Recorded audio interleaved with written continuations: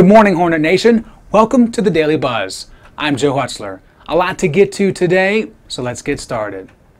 We're going to talk about the Student Managed Investment Firm, a new thing on campus most recently, and Lynn Walsh in her first Walsh Wednesday piece of the year dived a little bit deeper into how hands-on experience is helping students invest in their future.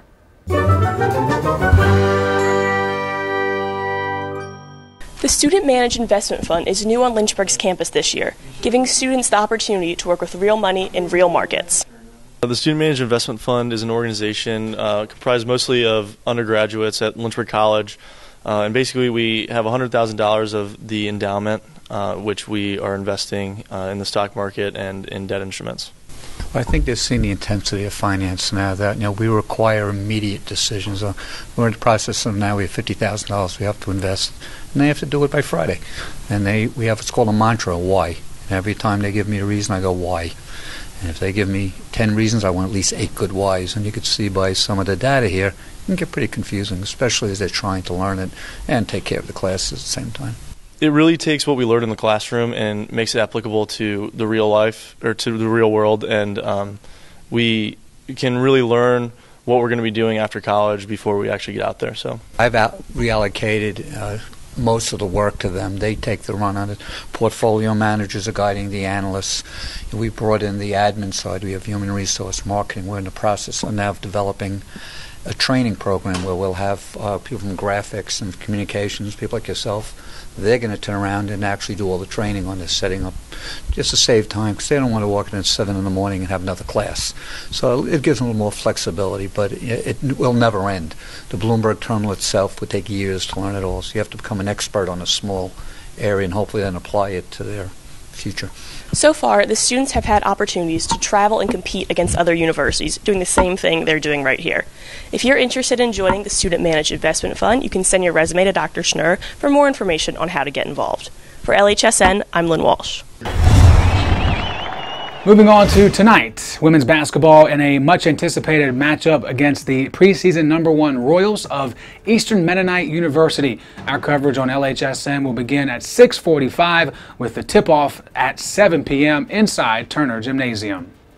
Let's move on to campus events and talk about a vendor fair today from 10 a.m. to 6 p.m. So essentially, all day on this Wednesday on the 3rd floor Commons and West Room in Drysdale. Check it out later on today. Plus, lecture with Dr. Beth Savage is tonight from 7 to 8. Join Dr. Savage in discussing the sincerest form, imitation and condemnation in satire. It will be in the auditorium inside of Hopwood.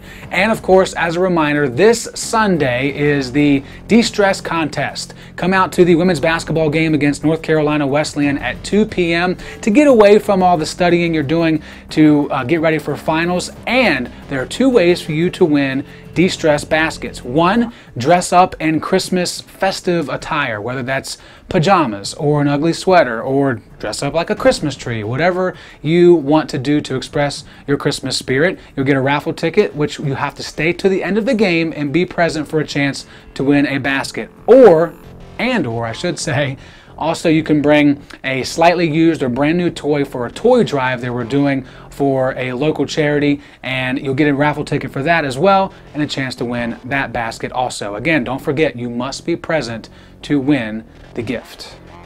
Well, we've reached the end of the show, and that means it's time to talk about the National Day on the National Day calendar. And today is National Miners Day. As someone who is from the great state of West Virginia, coal mining is a huge deal for myself and everyone else who calls WV home. Here's some facts about coal mining that you may not have known about. Coal mining actually replaced wood by the year 1850, and the principal market then was Pittsburgh, Pennsylvania. Its total production increased by 10 million or more every 10 years until peaking in 1918 when there were 680 million short tons produced. Now, of course, as time has gone past, automation moved in, less human workers are needed, dropping the United Mine Workers membership by 90% over 25 years. Some of the toughest people in this country will be heading down into the earth crust today. Send some prayers their way for a safe ride back up. Well, we hope you have a wonderful remainder of your day, and remember, it's a great day to be a Hornet, and we are one nation.